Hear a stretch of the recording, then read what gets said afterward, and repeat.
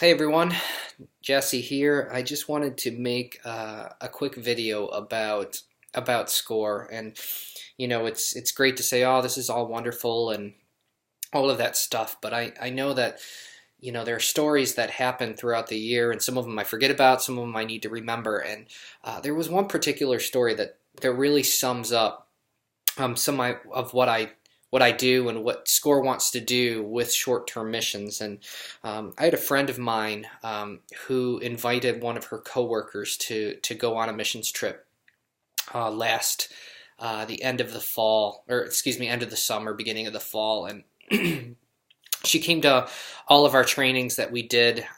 We did 4 or 5 of them, and in those trainings we talk about Grace Story and what our testimony is and what the gospel is and all of those things. And she wasn't a Christian. She had never heard of any of those things. And my friend and I, we both knew that, and we talked to her and said, listen, everybody's on a spiritual journey, um, and these are just questions. These are things that we as Christians need to be able to answer, um, but also for you to be able to think through about your spiritual life.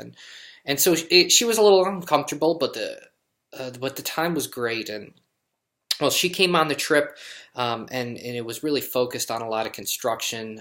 But man, the times at night, especially, we had a worship time and a time of sharing. She really, really loved that a lot, and it was really special. She started looking up lyrics to songs, and it was you could tell that the wheels were turning inside of her heart and inside of her mind. And through the week, we were able to share a little bit more with her, work alongside of her, as as the team did.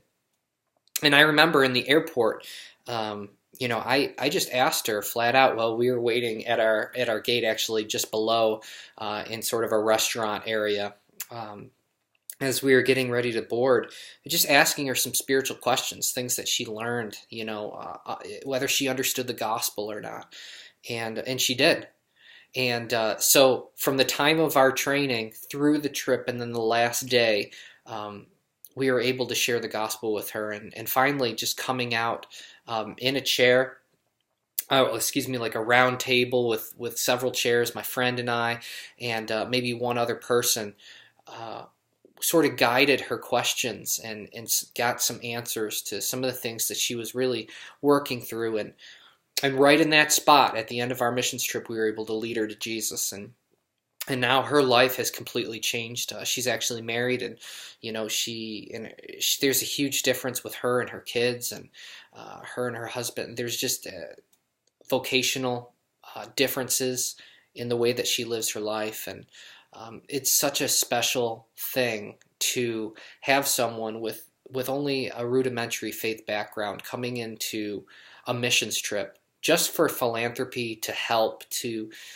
really sort of enjoy the best of the human spirit, trying to get after some common goals, um, but then realizing that deep down underneath is uh, is Jesus, and what God wants to do in the world, what would happen if God got what He wanted.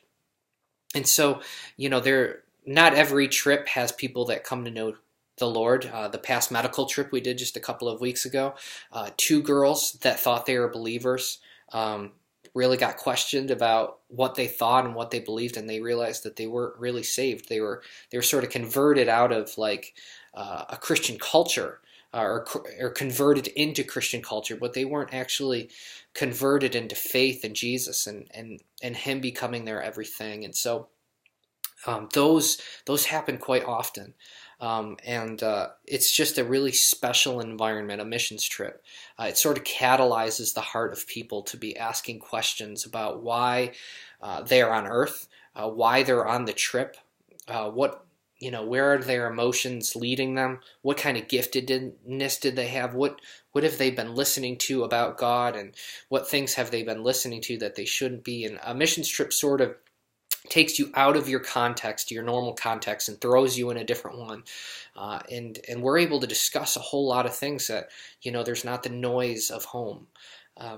And so, when we take people on missions trips, we absolutely want to love our coworkers, our fellow SCORE missionaries that are on the ground in any given country where we are.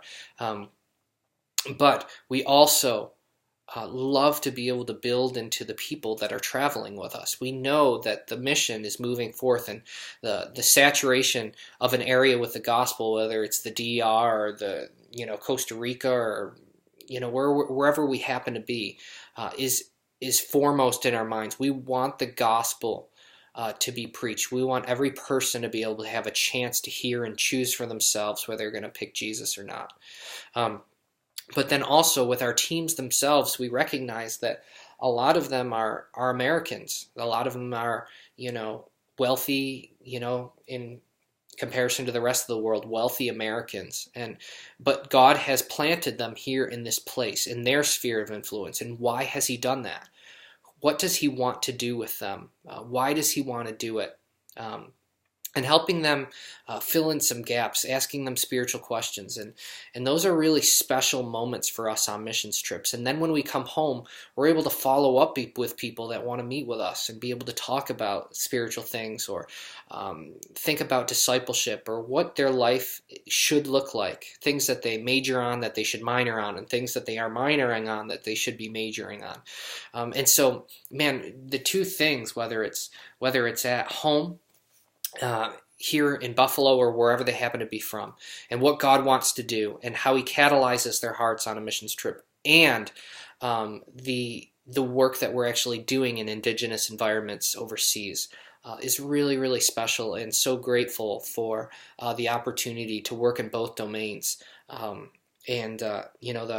anecdote that I just said, that happens every year. That happens. It's not just a one-off thing. People want to know why they're made the way that they're made and what God would have from them. And short-term missions trips often help move that conversation forward.